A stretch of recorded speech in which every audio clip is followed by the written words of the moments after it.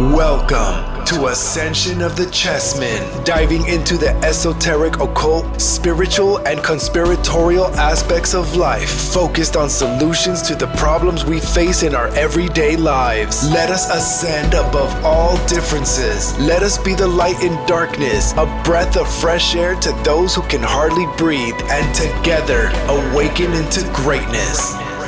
This is Ascension of the Chessmen with your host, Andre Mitty. Welcome to the Ascension of the Chessmen podcast. I'm your host, Andre Mitty. Today's guest is a freedom activist, an animist, anarchist, public speaker, and a father. Will is the co-host of Natural Freedom League video series and a content creator for the One Great Work Network. Ladies and gentlemen, hobbits and fairies, give a warm welcome to Will Keller. Thanks, brother. Thanks for having me on, man. It's a pleasure. Hey, so happy to have you, brother. I've taken a lot from your work and your presentations over the past couple of years. And yeah, just so much to digest from all those, man. I could tell you put a lot of work in, and it's really paid off to show the work you're creating with those and just the knowledge you're sharing with the world, dude. So thank you. That means a lot, man. Thank you so much. I appreciate that. Yeah, it's quite the creative process structuring everything, so a lot of thought goes into it. And I have fun doing it, creating the presentations. The video podcast is obviously fun where we interview guests and stuff, but the presentation style and public speaking, that's my niche that I really kind of thrive in. So hoping to evolve in that space. Were you just a natural public speaker, or was that something you've had from a young age, or did you take a Toastmasters class, or what popped your cherry on that? So I was in the music industry for 15 years. Oh, wow. So yeah, I was a rapper. I was in the hip hop and rap scene out here in the Bay Area. I toured all around the world, cross country in the US. So, and actually ran like a record label. So, wow. Just being on stage and performing, that really cracked the shell. So, dude, I'm sorry for not being aware of this, dude. That's fucking awesome. It's and this is actually kind of a cool topic because I see it as like a death in consciousness, right? When I see people from my past, they're like, "Oh, it's Chill Will. What's up, Chill Will?"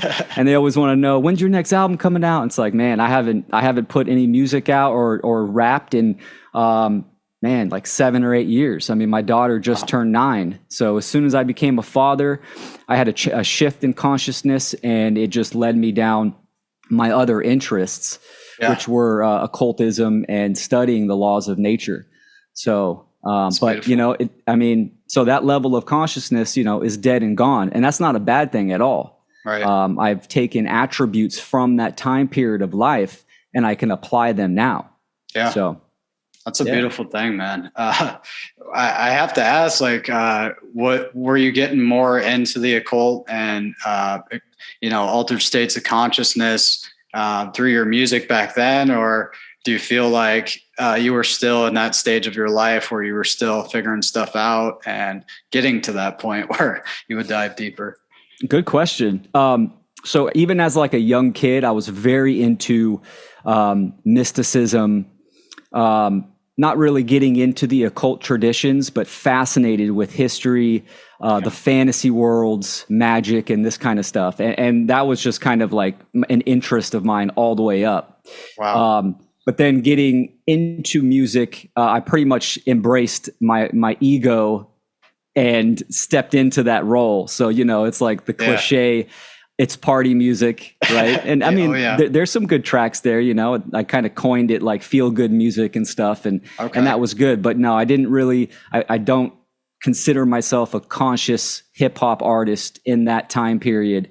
My partner, John, and I, he was also a artist, a musician in the hip hop scene. And we talk about doing some tracks. And so we'll see. You never know what might come out. Oh yeah, dude.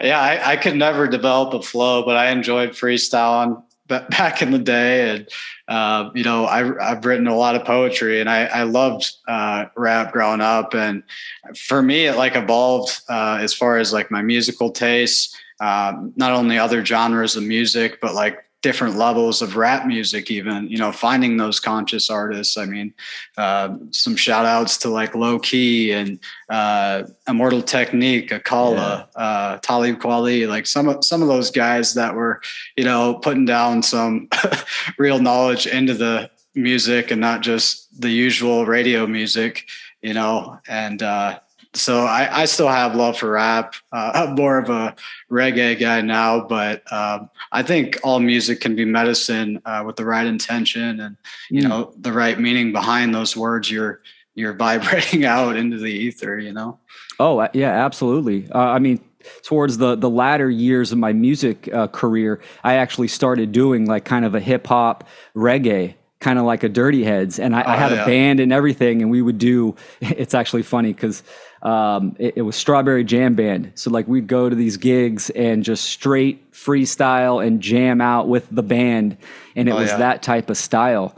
And for me, it was tapping into that energy. It's almost like a channeling, right? Yeah. When you're on stage, you're feeling the energy from everyone and you're performing as well. Yeah.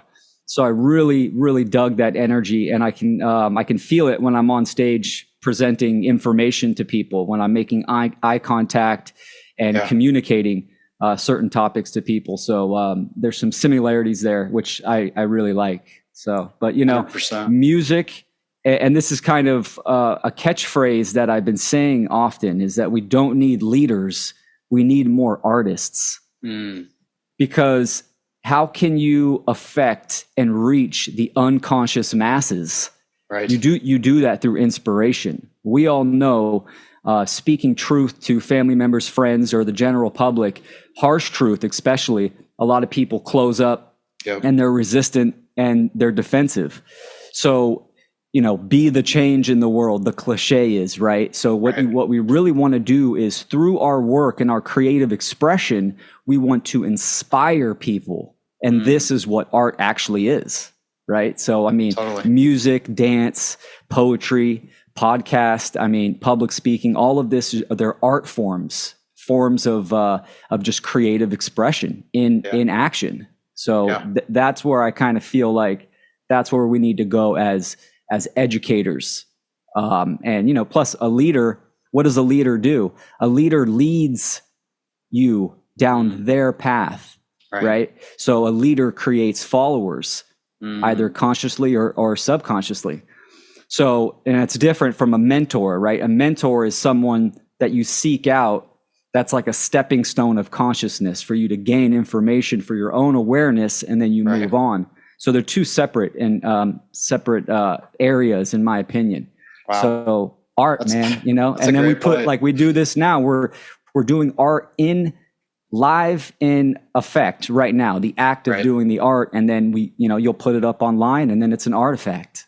Right? There's just so much to it. So it speaks to the heart space. I completely agree, man. I think, as I said earlier, I think music can really be medicine. I mean, I've felt that, to the point where I felt like it was just a guided meditation being at a concert, not over consuming alcohol or, being blasted out of my mind, high as hell, and just like being present in that space and taking it all in. And if it's the right vibrations and the right lyrics, dude, like it can take you to a different place and really alter your consciousness in that way.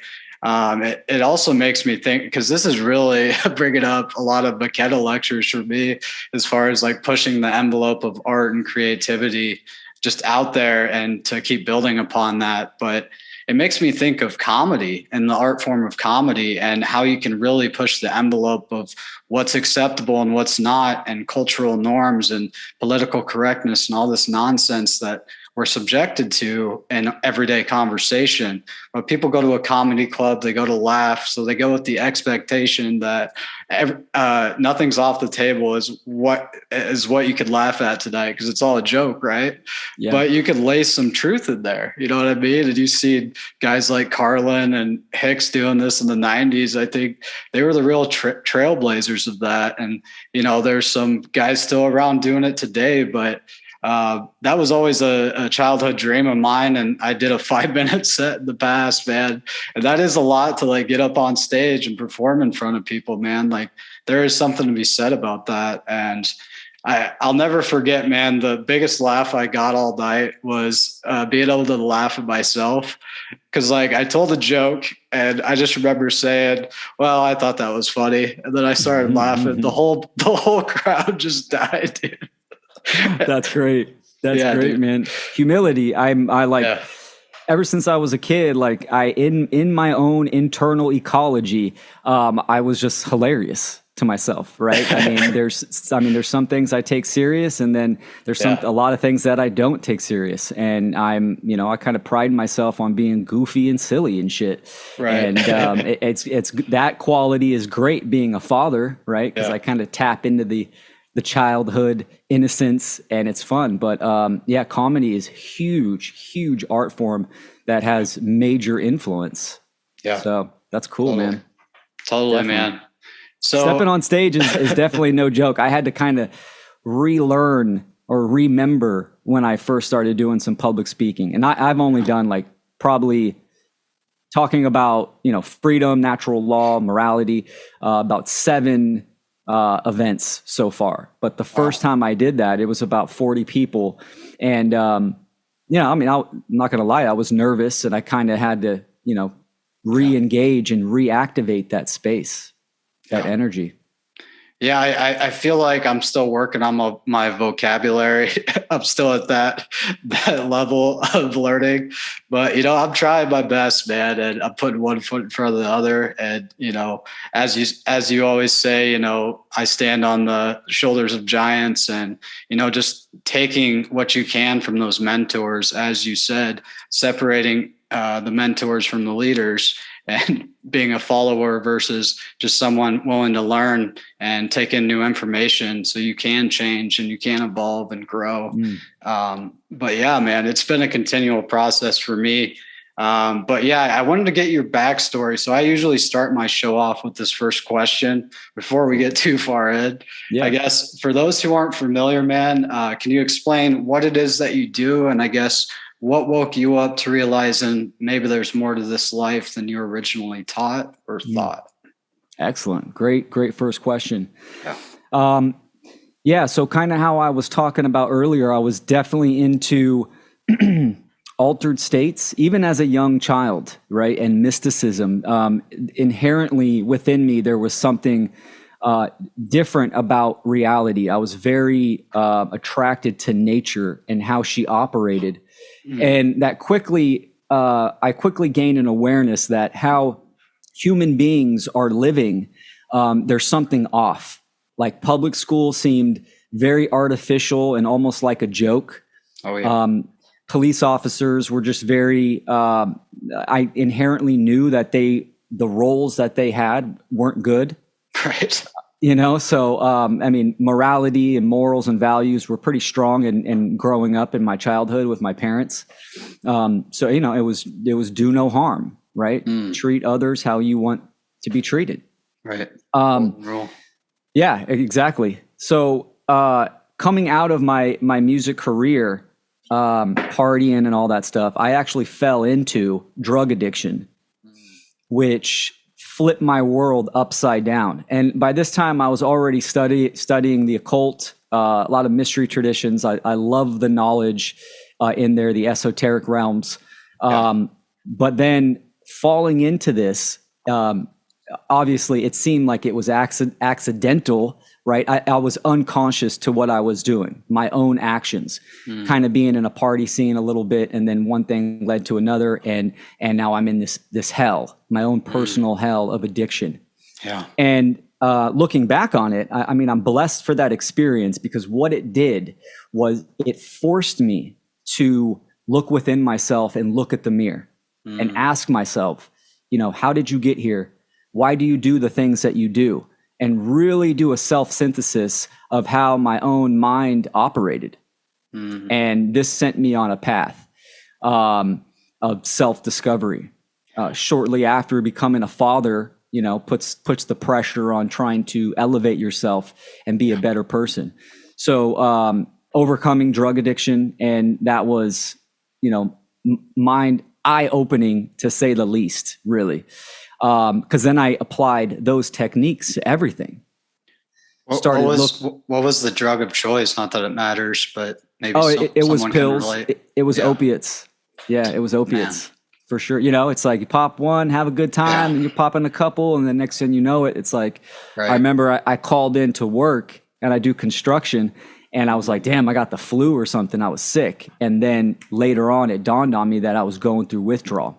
Oh my God. So, and I'm totally open talking about addiction because I think, society as a whole, most people are addicts. Totally. They're addicts to ideologies. They're addicts to physical addictions, even addictions that they may think aren't, drugs or pharmaceuticals, right? There's other addictions as well. Social media, phones. Social media, absolutely. Attention seeking. Yep. It's pretty much it's the negative experience of life and what life should be. So we can explore that later on. But so then I started to kind of look at society and how the world operated and the nature of reality, and it led me to great minds like Mark Passio, Michael Tessarion, Jordan Maxwell. Rest in peace. Yeah, absolutely. Rest in peace, Jordan Maxwell. Phenomenal teacher and educator, man. Yeah. So yeah, just taking in just vast amount of information, excuse me, and then applying it to myself. And then probably about 8 years of taking in information, I felt the moral obligation to start to create my own content. So about 3 years ago, started doing just talks with people in the community. And that led to meeting my partner, John, where we created Natural Freedom League podcasts. And, COVID hit as well. So we kind of formed a support group, which led into creating the Funnel Conference and then just doing presentations and making content. So. Yeah, dude. Yeah. It's been awesome watching you grow and just watching what you guys are creating over there at One Great Work Network. And shout out to Mark Passio for the heck of a job he's doing, man. It's amazing. Oh, yeah. Yeah, no, it's actually Mark's birthday today, so happy birthday, Mark. Happy birthday. Doing graphics and working somewhat personally with Mark on the creation of the One Great Work Network and the upgrade on his What on Earth is Happening and stuff. He's just he's the real deal. Yeah. I mean, this guy, he is the hardest worker I've ever seen anyone that I've met in my life. I mean, his willpower is just unbelievable. And he's just so down to earth and he's the real deal. You can see it in his work, man. Like I don't personally know the guy. I've never talked to him, but I mean, the endless hours of information and knowledge he has to share just readily available is pretty mind blowing. Like how much effort and, like you said, willpower and, focusing in, eliminating all distractions to stay focused and, continue to be consistent like he has been. I mean, that's no easy job. Yeah, he sets the bar high. Yeah. And I think it's good for people to understand that to me, Mark is the element of fire. Fire burns all the inconsistencies and all the fat and off the element, right? And it brings it down to its base. Yeah. And that's what his work does, because the people that have came across his work and learned from him, those are the future teachers and educators, because not everyone can take his work, right? He's got a certain type of energy. Yeah. So then those people need to apply the information and create their own content. Telling someone to go check out 900 hours of a podcast in this day and age where people have, the attention span that's very short. Yeah. Exactly. It makes it difficult for people to do that. Yeah. So this is where, other content creators come into play, and they create their own craft and they do it in their own creative expression. So we can build upon and expand. So. Yeah, totally. I just think the collaborative effort from all you guys, like you're all bringing something unique, but also building off of Mark and Mark's building off of you guys. It's just a beautiful thing to see. And it's just amazing what y'all have all created together. So I love to see it, man, and I hope you inspire many more to come in Thank future you, brother. generations. I appreciate that. Most definitely, man. So yeah, man, I was watching so many of your lectures and your TikToks, and it's like, where do I begin, man? So how about for those unfamiliar and just kind of giving your best breakdown for the listeners about morality and what it is, what it isn't, and just kind of how you dug deep and got to the roots of this issue that we see all around us. Yeah, man. Great question. One of the most important questions in this day and age. So when we think about morality, looking at it from a historical perspective, a lot of people think morality comes from cultural religions, right? They think mainly Christianity. Right. So when we talk, well, what is morality? Morality, the definition is knowing the difference between right and wrong, in short. So knowing the difference between right and wrong already implies objectivity. So, and I try to simplify, these concepts as best as possible. I think that's good, and define a lot of words as well. So, what does it mean to be human? Right? This is such a basic yet deep question. A lot of people might have trouble with. Right? Yeah. Well, if we break it down to the elementary, the elements, right? We have thoughts, emotions, and actions. So let's focus on actions. As we act in this world, we interact with other beings and other people, right? The question is, does that interaction cause harm to that other being or human, right? So this is where morality comes in. Morality is obviously based off of rights. Right? What do you have the right to do in your actions? And this is where we get natural rights, human rights, whatever you want to call it. Right behavior versus wrong behavior. So let's define a right. A right is any action that does not cause harm to another sentient being. So it's pretty simple. Right. It's what I just simple. said, right? I mean, most people will be like, oh, okay, cool. Yeah, exactly. Right. But a couple questions that come up that people talk about is, well, who determines if it's harm or not? And okay, let's talk about that. What makes rape? Right? what That's makes a slippery slope? Yeah. Oh, for sure. So yeah, we're talking about consent. Right? So there has to be consent. Now, also, human beings are unique because we are endowed with logic and reason. Human beings are not animals. We are in a separate category. Contrary to popular belief. Contrary to popular belief, yeah. Oh, well, human beings, we're just animals, a different type of animal.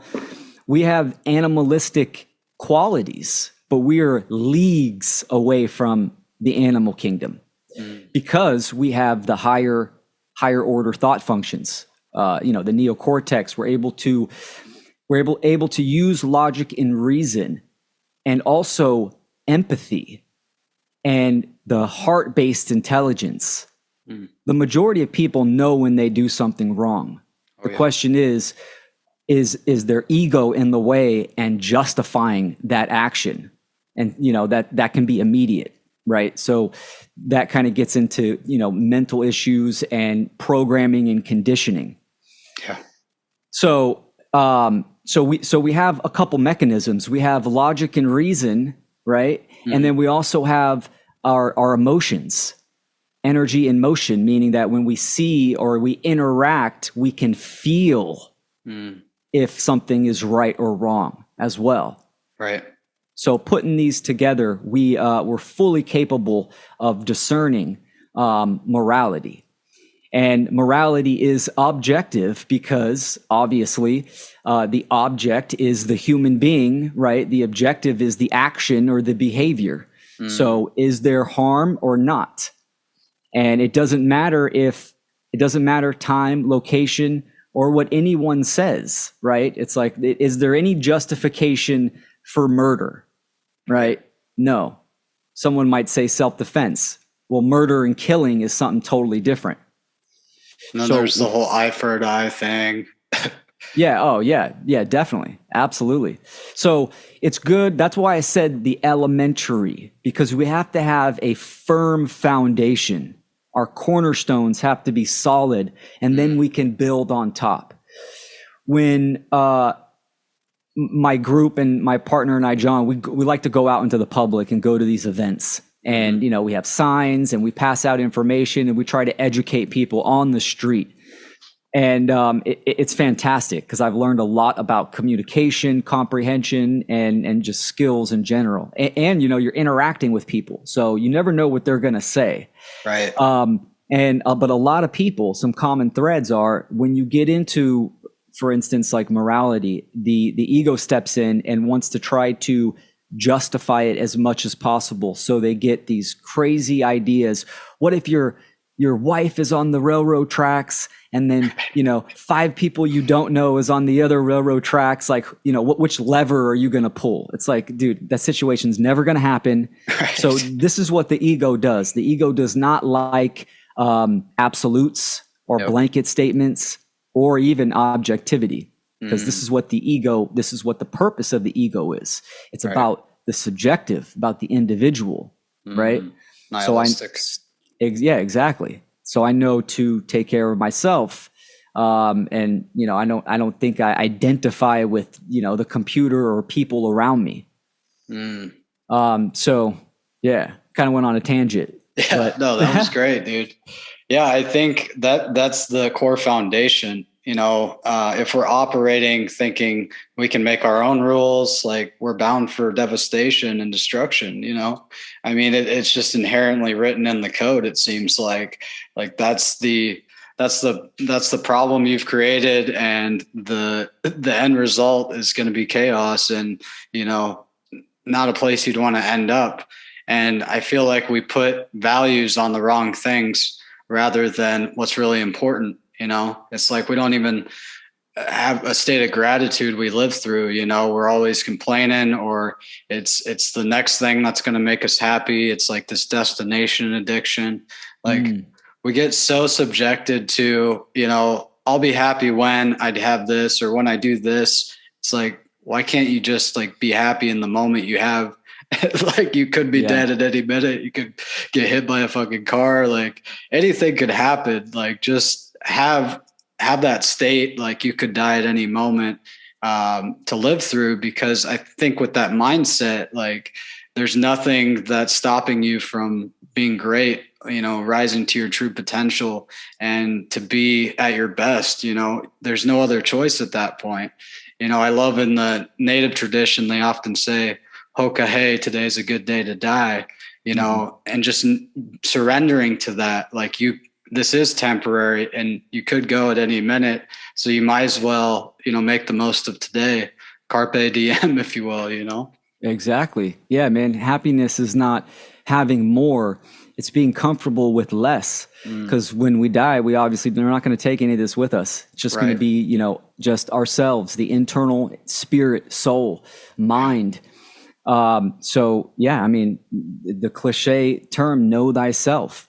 A lot of people they say this, especially in the spiritualist communities. They always say, know thyself, without actually understanding it, because you can't know thyself without understanding the objective reality. And there's another, you know, object, absolute phrase, right? Right. The world, nature operates a certain way. Right? These are the laws of nature. So they're one and the same, and we have to understand them both. So like what you were saying earlier about death, right? This is part of the addiction. People are they're addicted to this experience, which creates fear of death. Yeah. Which all fear comes down to the fear of death, right? The scarcity, the lack of, I'm going to be I'm not going to have my things in this materialistic world. And the fear of the unknown that comes after death, you know? And the fear, exactly. And the fear of an unknown, which obviously it's not just, it just doesn't end. We can observe this in nature. There's many, many forms which energy transforms into different states. Oh yeah. So I mean, you know, human beings are always looking for another human being to lead them. How we were talking about leaders, right? Right. When like in reality, it's a total codependency. Absolutely. Yeah. The human addiction. When in reality, the mentor is nature. If we want to aspire to evolve and be our highest potential, then we need to look no further than nature herself and the laws and how nature actually operates. Human beings are not the apex of creation. Nature is, and her laws.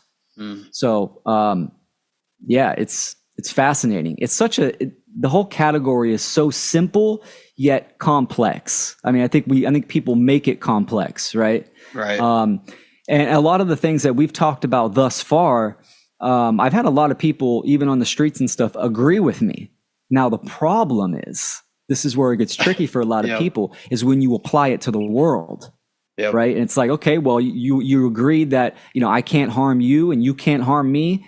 So let's talk about government, right? And it's like, where do these people, where do they get the right? Yeah, exactly. So, I mean, and it's been going on for thousands of years, cultural religions. It's obvious these people are on a God complex where they want to be the middleman and the arbiters of truth. They want to be the middleman between the individual and the creator or nature. So that's when people start backpedaling and they go, oh, whoa. And then the programming and the conditioning starts to kick in immediately. Yeah. It's like the whole, like somebody that's in an abusive relationship, like the initial trauma and like brain rewiring from that trauma is like making them defend their abuser. And I feel like this is what it's bringing up in people when you make these. So you lay it all out for them about what morality is, right? And then you apply it to the real world and reality, the matrix.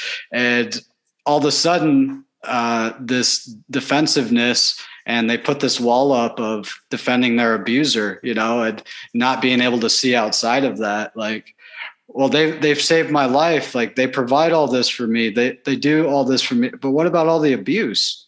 We're just going to forget about all the abuse and like let them have a free pass on that and like continue to paint a good picture of them, like without paying any attention to the abuse. I mean, I think that has to come to the forefront for you to realize the situation you're subjected yourself to, just being in that situation, and it's hard to initially see out of that. But I feel like once you're in a safe space, once you're in the right container, people will open up and they can be more vulnerable and be open to changing and to looking at the world in new ways. And I feel like that's what gives me hope with plant medicine, for example, just seeing how many lives have been changed through that. And I feel like, if we could start to implement some of these philosophies and just the natural law being taught throughout these circles. I mean, it's inherently could work congruently together to make a better world for all. Oh yeah, absolutely, man. I mean, one thing I failed to mention when I was talking about coming out of my addiction is that plant medicine was a huge factor in that process. But well said what you were saying earlier, right? That people are in a abusive relationship because government is the narcissistic partner. Yeah. Right. I mean, it's the same exact thing on the micro to macro. And when you're in an abusive narcissistic relationship, it's the same thing, right? The abuser convinces or mind controls or influences the other person that person needs them, right? And so same thing with government and the belief in human authority. A lot of people, they always kind of point the finger and they think that these external entities like government or the alphabet agencies or Bill Gates, the World Economic Forum are like the cause, right? Like, oh, if we can get rid of these people, then everything will be fine. In reality, it's the majority of people that hold the false belief systems that support and condone. Yep. Now, I'm all for those types of people crashing and burning. Right. You know, they totally deserve it, 100%. But in a system, let karma play out. yeah, oh, absolutely, for sure. Yeah. But they would be replaced, right? Because the ultimate system that we're living in is one of mind, right? So this is how we get the collective and the aggregate. It's all based on the individual. So if you just add up the individual level of consciousness and how their internal ecology is, this is what makes up the aggregated system and condition that we're living in. So that's one thing that I kind of try to talk to people about too. Quick story: I had a female friend, that was in an abusive relationship, and I've known her for many years. And you know, her boyfriend did not like me because I was a male friend, right? And it was totally platonic and stuff. But I tried to convince her, and all her girlfriends and stuff, you know, they all know the whole situation. It was very obvious. The only person that didn't know was her, right? She's the one that didn't accept it, that she was in this type of situation. Right.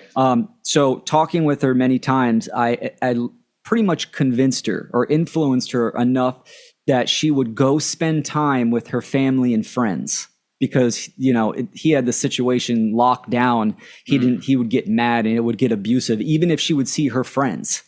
So Complete finally she started to, she started to break from that, and she started to hang out with her friends and family again. And quickly the influence and the energy from just those experiences made her kind of switch her perspective onto her own relationship and her situation. And she began to recognize the problem and started to work it out in her own psyche.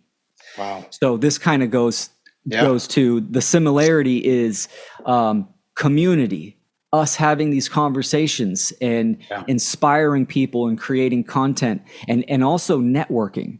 I'm really big. Totally. I think you got to network. Unity is in community. So we got to kind of, unite the clans 100%. and make the voice louder, right? As Mark talks about. Yeah. Totally, man. Yeah. I that's what my show's all about, man. My show's called Ascension of the Chessmen. I see that as rising above the division. You know, even within the truth community, you see so much endless drama, or like sex within sex of the truth community. Like they're all in their own little group in the lunchroom, like back in high school. You know, it's like everyone has their own little clique they run with, and it's like, yo, we're all in the same lunchroom here. We're all on the same planet Earth. You know, like, can't we get along? Can't we find some commonalities here? And just letting people on to have these discussions, but giving the listeners just kind of showing them my full palette of what I'm into and the people I want to talk to, the people's brains I want to pick, and share that with the world, because these are the people that have, you know, influenced me so greatly, and, you know, really pulled a lot out of me and made my life better just by teaching me the right actions to take in life and the right advice to hear at the right time. And I feel like that's such an invaluable resource we have through technology. You know, it's a double-edged sword, but the access to all this information at our fingertips, if we just seek it out, like, we have the answers. You know, the answers are out there if we just are willing to seek them, and we're willing to put the work in to find the answers and take the time to do that great work on ourselves, you know, and take the time out to look ourselves in the mirror and not just distract ourselves with endless shit that's out there in the world, man. Like, the distractions are everywhere, but it's up to you to change. You know, it truly is. And I'm completely on board with, you know, the whole pointing the finger at the elites and the powers that were, as if they're the problem here that's like keeping you from thriving and living a good life. Like, are they controlling you from growing your own food? Are they controlling you from, you know, exercising today, or like doing something that's going to physically make you feel better and just think better about yourself and others that day? Like, that's totally up to you, man. Like, we wake up every day with that fucking choice to make. And that's, I feel like, the hamster wheel trap not only of the 9 to 5 matrix world, but like even getting into the corruption in the world and everything that's wrong with the world, on every level. You got to take it back to yourself, and sooner or later you come full circle. For me, it took, breaking through on LSD the first time to like get me out of that mindset that I was trapped in this doom and gloom way of looking at the world once I woke up to all this corruption many years ago. But at some point, man, like you got to stop pointing the finger, and you got to take responsibility and have accountability for what you can change in your own life. Because a lot of stuff just comes down to like, you just got to get out of your own way and realize you're your own worst enemy a lot. Oh, dude, 100%, man. Well said. I totally agree with that. And this is something that plant medicines are really good at. They're really good at shifting perspective. Yeah. Right. And almost, control, alt, delete on the perception as well. Yeah. Breaking down that calcification. And this is what a lot of people, even in the truth and freedom communities, need to think about. Yeah. It's the great work is always internal first. Everything is internal. Right. Because that's the causal realm, right? In mind, and then external.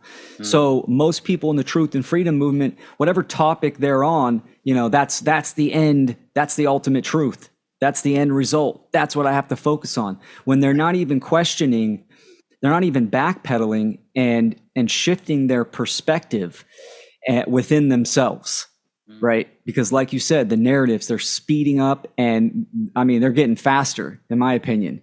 It seems like. I'm not a guy that takes tabs on all the new narratives and dialectics that come out, right? I mean, people message me all the time. Have you heard about this? Have you heard about that? I'm like, no. Because I don't give a fuck. I don't give a fuck, because there's no change there whatsoever. All those narratives are there to entrap people. It's entrainment, right? To keep your focus and your attention on that topic. We need to back exchange. Up. Yeah. It's a total energy exchange. Exactly. And this is what I did, breaking out of my addiction, is looking at myself and asking myself, okay, where am I putting my energy? Where is my focus? Why do I believe the things that I believe? So, I mean, and this is a constant process that I think people need to do, right? It's the seeker archetype. Yeah. The seeker is also the hermit in the tarot tradition.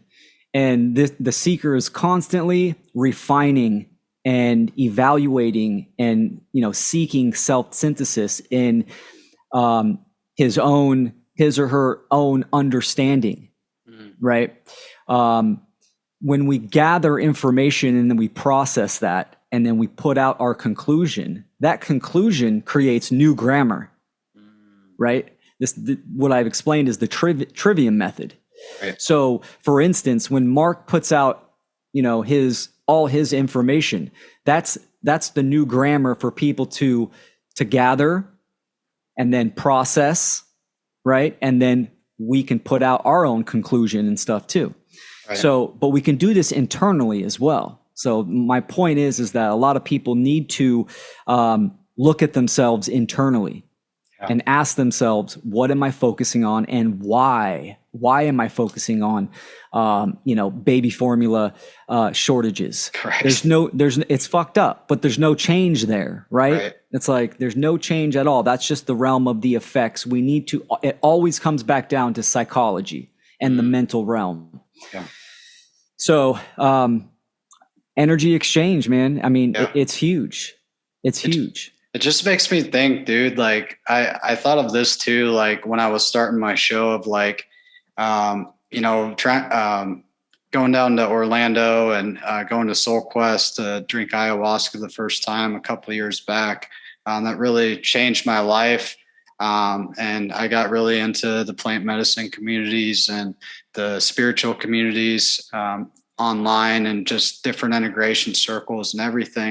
And I have a lot of respect for, the healing work that's going on in those, but you also see a lot of spiritual bypassing and, this toxic positivity where, you just completely bury your head in the sand and act like everything's fine when the sky is melting or whatever, analogy you want to use. But so you have this on the spiritual side, and then or you could call it the new age side.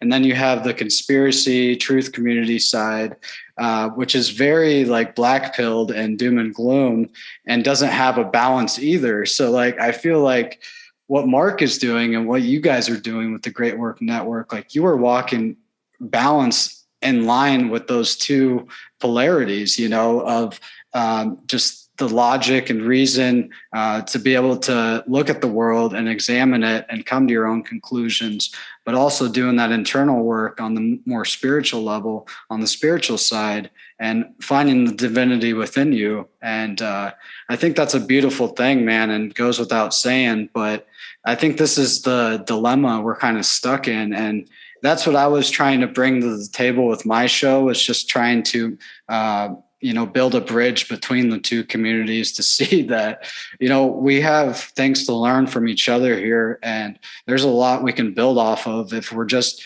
open-minded enough to speak to one another and be open to listen and receive new information, Oh man, 100%. We really need that. We need to unite these two areas. Yeah. Coming out of my drug addiction, I did dive into the new age realms. Right. And I really liked it for the realm of consciousness and getting in touch with source and the divinity, the big picture, right? Which is great and all, and that's good. That's good to know, but it's not grounded whatsoever, right. And it's really rooted in relativism. Yeah. For me, relativism in general. I mean, of course, there's some things that are. My teacup is at a certain distance. It's relative to where my daughter is. Yeah, I get that. Mm-hmm. But relativism on a ideology standpoint is the problem. Mm-hmm. For instance, and you might disagree with this, but quantum. Mm-hmm. Quantum is, the word means an amount. So when people are talking about quantum dimensions, whether that's true or false is almost irrelevant, because we're in a universe, one verse right now. One song. So when you see the spiritualist people saying, "Oh, I'm in 12D right now," you're in 12D, yet except when you go and fill up your car, or you go to the grocery store, right? And then you have to put on a mask and you have to do all this shit where you just bouncing from 3D to 12D and all this stuff. It's like, so that's what I meant, but it's not grounded in actual the natural world of objective reality. Right. And then bringing it on the other side, I'll use, the like the ANCAPs and the left brain ish people that are just focused on money or making cryptocurrency and refuse to dive into occultism, right? The hidden knowledge of spirituality and of nature. Right. They just refuse. It just seems like it's woo-woo to them, and they're not going to do it. So we have this imbalance, like you said, of the left brain and the right brain, and we definitely need to unite those camps to get it right in the middle path. So we're using both aspects, and it's difficult for a lot of people, right? It's difficult, but this is where our work comes into play to try to communicate this for sure. I think it stems from taking religion literally. Whether it's whatever religion we were raised in, and even science. We were raised atheistic, and we had this savior complex through the scientific lens. There's all these different factors that lead up to like what we project out into our future belief systems and where we go from there. But I think you see it a lot with like this ascending to 5D type thing. And believe me, I think it's very out there and almost like very unrealistic and just a huge distraction at the end of the day. And it sounds very much like the rapture in the book of Revelation, if you were taking that book literally on that level. And, it's like, well, we can just continue to be our same old selves. We can party all night, party all day. We're getting raptured anyways. So who really gives a shit? It's just exactly. It's like delaying having to do the work, just giving you another excuse to delay to do the work, or distract you from doing the real work. I'm glad you brought that up, because actually what you were just saying is a huge portion of my upcoming presentation at the Funnel Conference. The title is Revolt Against the Modern World and the Return to Nature. And I'm going to define that whole title in this presentation, but I'll give you a little snippet. A big portion of it, I talk about monotheism and how monotheism still has the hardest grasp on the majority of people, even the people in the New Age communities. Oh, yeah. Right? So you're right. The religionists taking all these written man-made books, these allegories, literally, it is bypassing, and it's the abdication of responsibility, right? And to act within their own lives.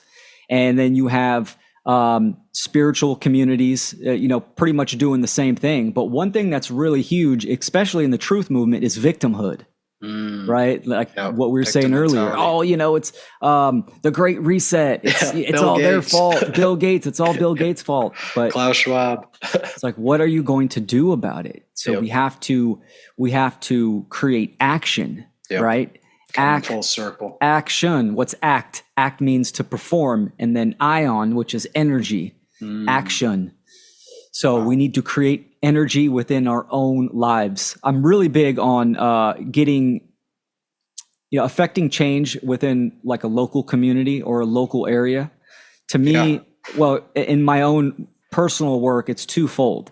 Obviously, using technology and using the internet to reach, more minds, hundreds and thousands if possible. You have obviously a stronger reach when you're online. And then, but also getting out into the natural world, right? And interacting with people and try to create change locally. So. Yeah, I think that's a beautiful thing to go out and talk to people in person. There's like a disconnect there when we're speaking, like we're really connected tonight for sure. But if we were in person, we'd be on another level. You know what I mean? It's just that natural feel.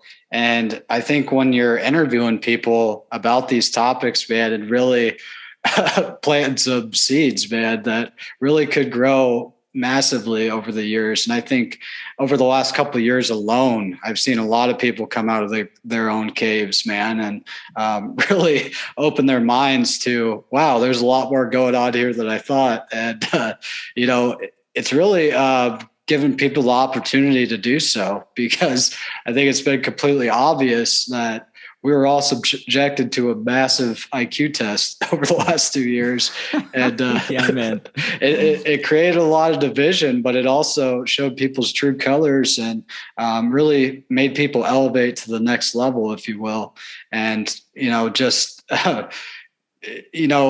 have hard conversations that maybe we weren't ready to have before this, when in these situations we didn't have any other choice. We were forced to confront these things. I mean, people being shunned from their family dinners or holidays, whatever it may be. It's like you've seen a lot of that. And I think there's a lot of room to grow from what happened here.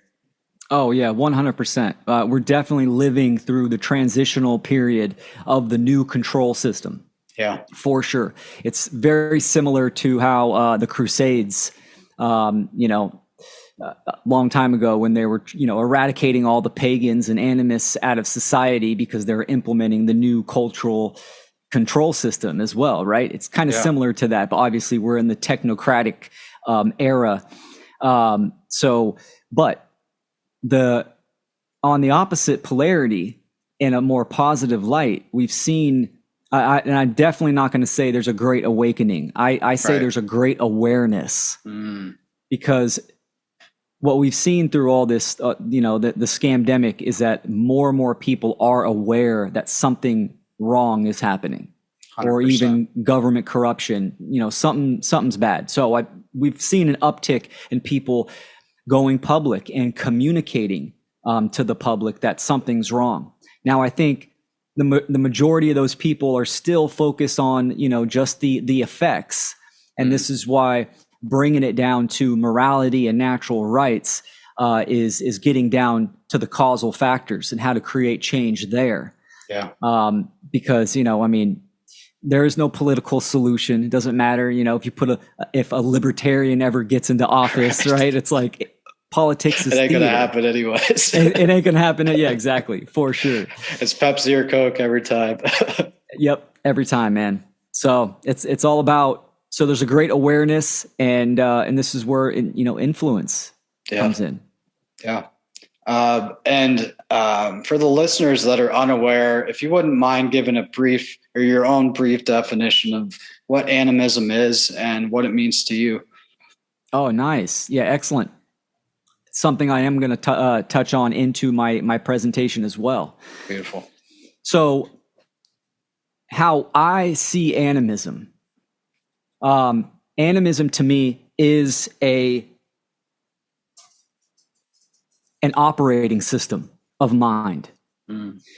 Animism comes from, it comes from to animate, right? So it's talking about energy, spirit. The old animists in history saw that everything was endowed with spirit and consciousness. The trees, the plants, the animals, all of this, right?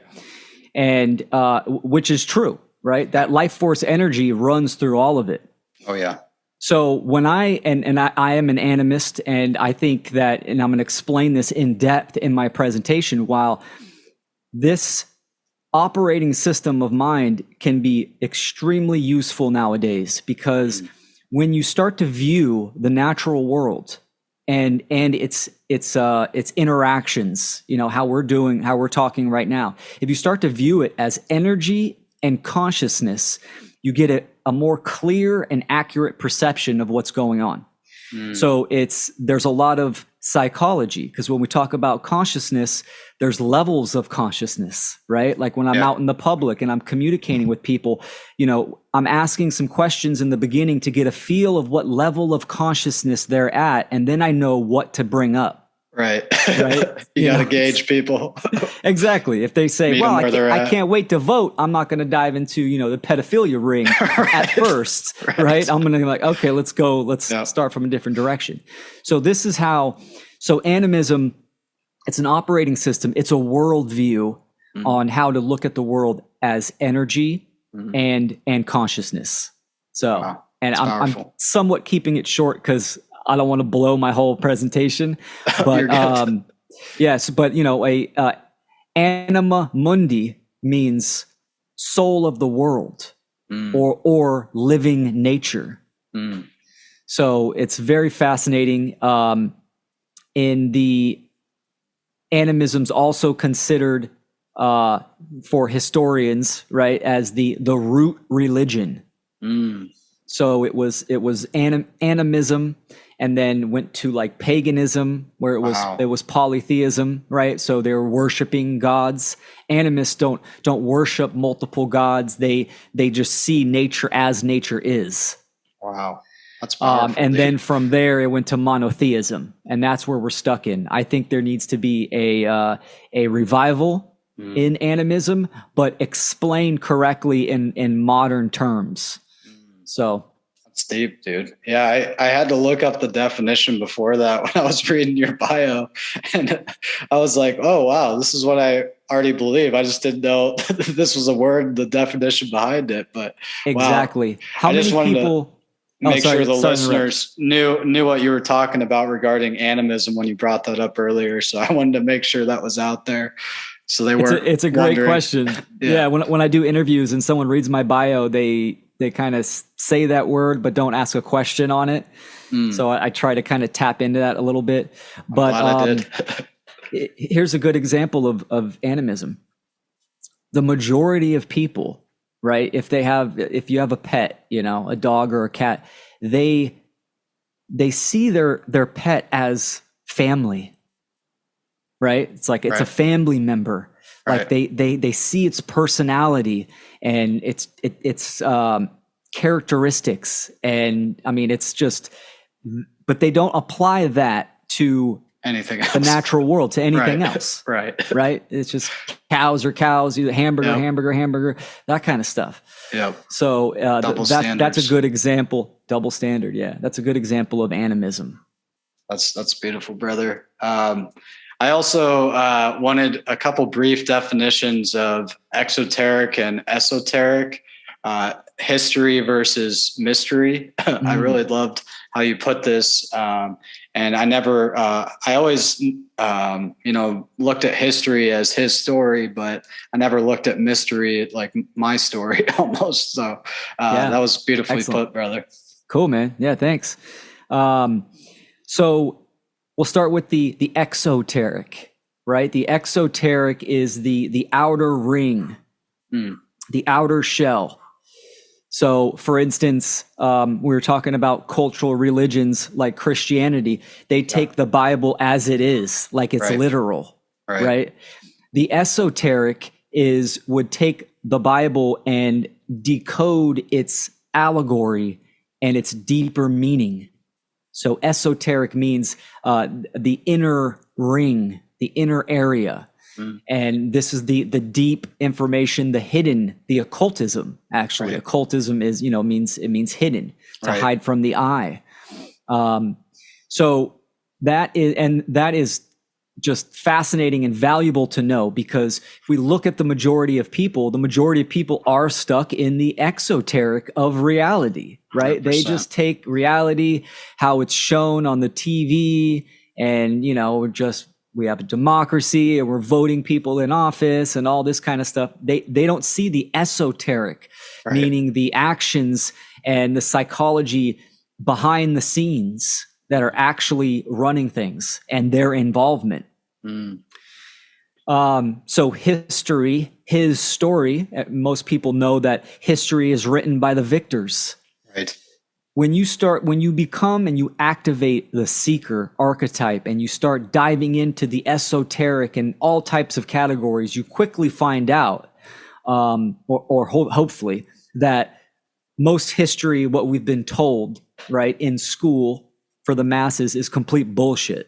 100%. Right. I mean, 100%. It's just, it's mind boggling. Yeah. How many lies and contradictions and just inconsistencies. It's all made up for the victors so they can sway the people and keep the people trapped in a certain state of mind and state of perception. So it's something that people need to understand. It's all about perception management for behavior control, because the mind will dictate the emotions. The information you hold will have an impact on the actions you take.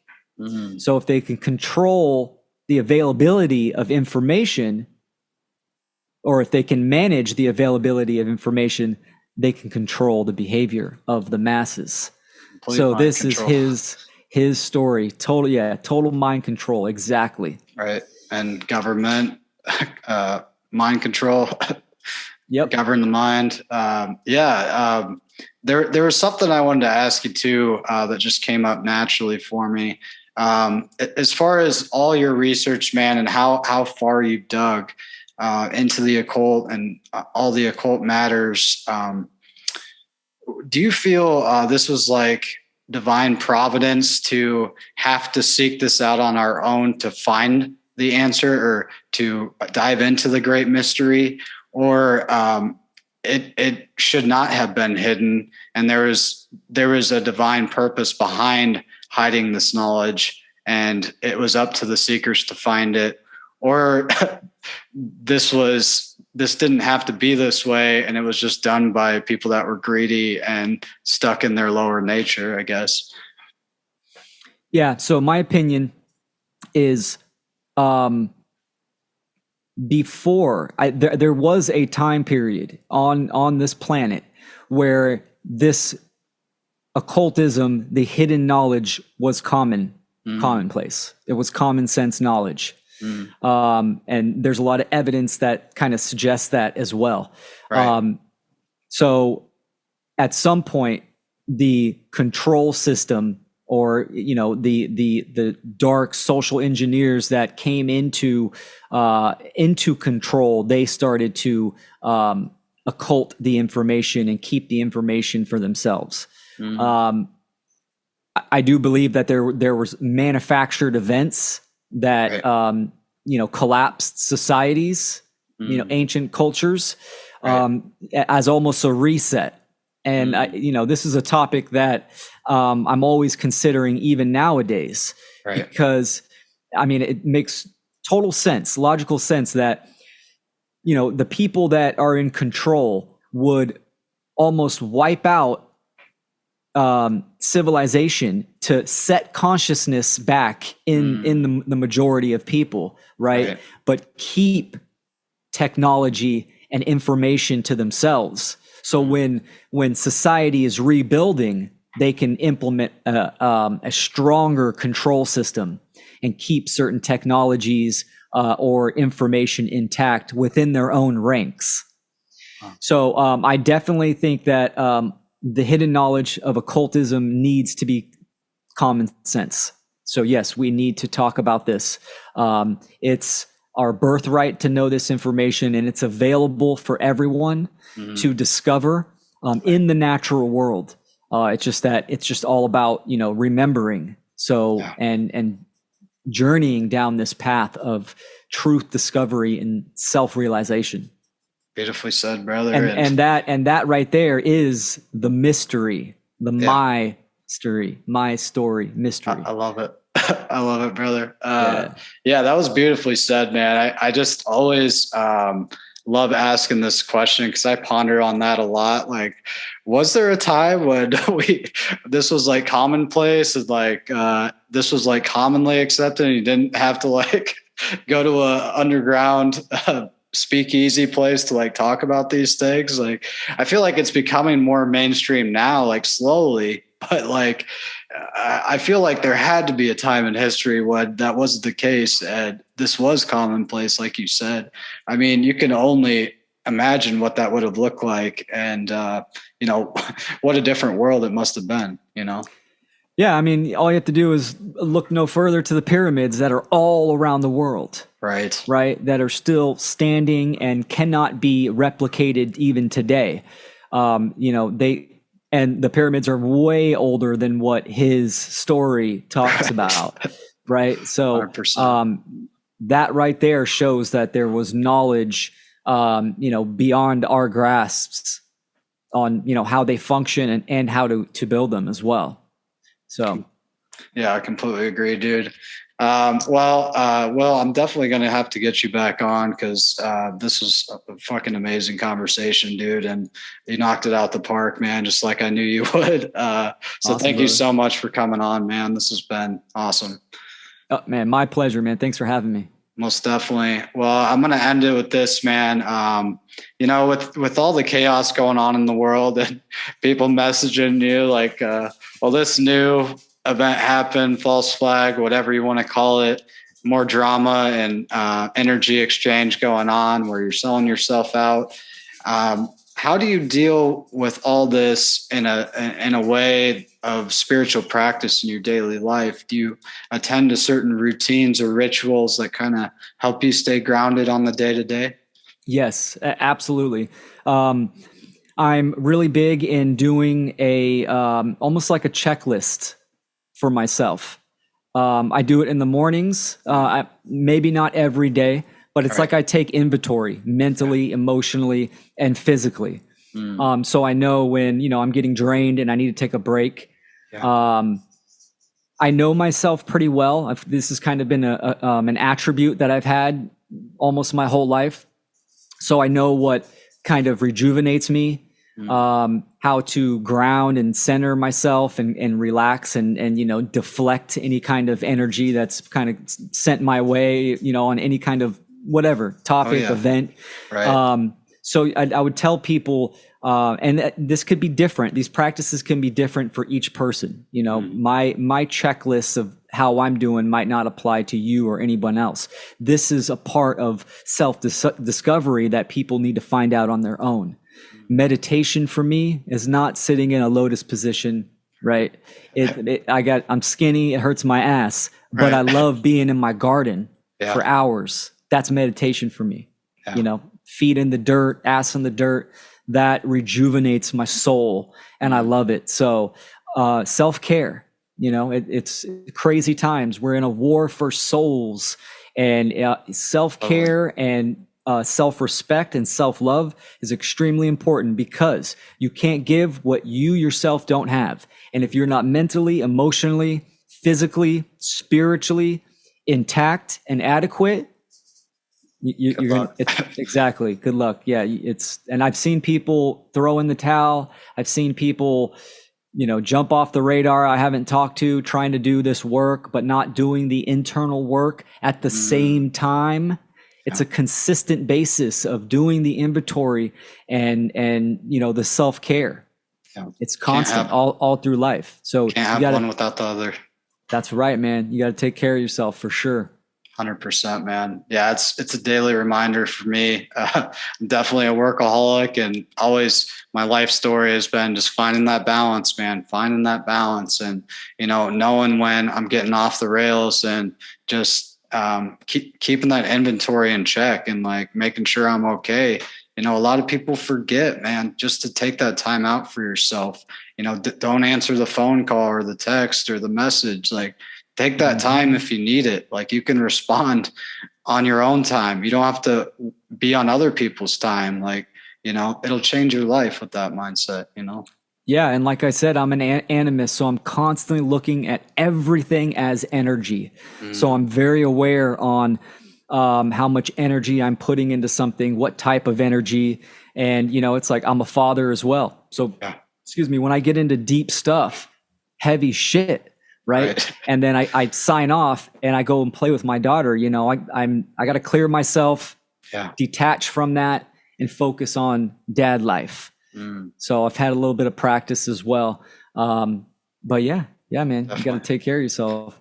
And then let me know if I could throw out a couple websites too at the end. Yeah. I was just getting to that, brother. Go ahead and tell the listeners where they can find you and anything you got coming up. I'm pumped to hear this new presentation, brother. Yeah, man, I appreciate you.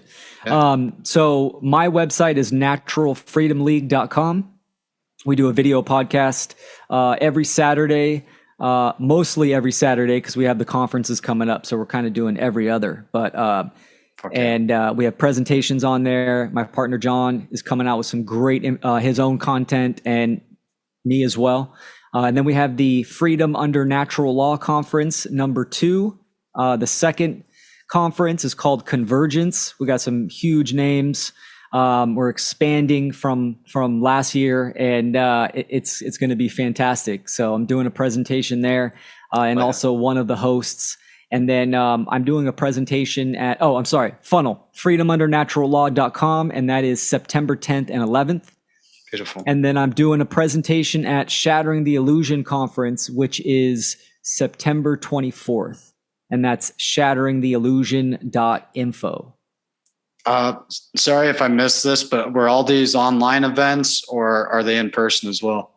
No, they're virtual events. They're all online. Yep. Awesome. And they're both free. Funnel is 2 days, and Shattering the Illusion is 1 day. Beautiful, brother. And they're both free. So the goal is to do an in-person one at some point, but that's a different beast. Yeah, no doubt. All that preparation. A lot of resources and a lot that goes into those events, man. Totally. Well, I hope someday we can make that happen. I'd love to attend one of those and get to meet some of you guys in person. So it's always good to connect on a personal level, man. So again, thank you for coming on, man. An absolute honor to have you, and appreciate you letting me pick your brain for an hour and sharing with my audience, man. So thank you. Thanks, Andre. I appreciate you, man. Thanks for having me on, and thank you to all the viewers. Most definitely, man. I just want to thank you all for listening out there. I hope you found something valuable in this conversation. I hope you found a moment of presence throughout it. And I hope you all have a beautiful rest of the week. I send you all peace and love. Thanks for listening.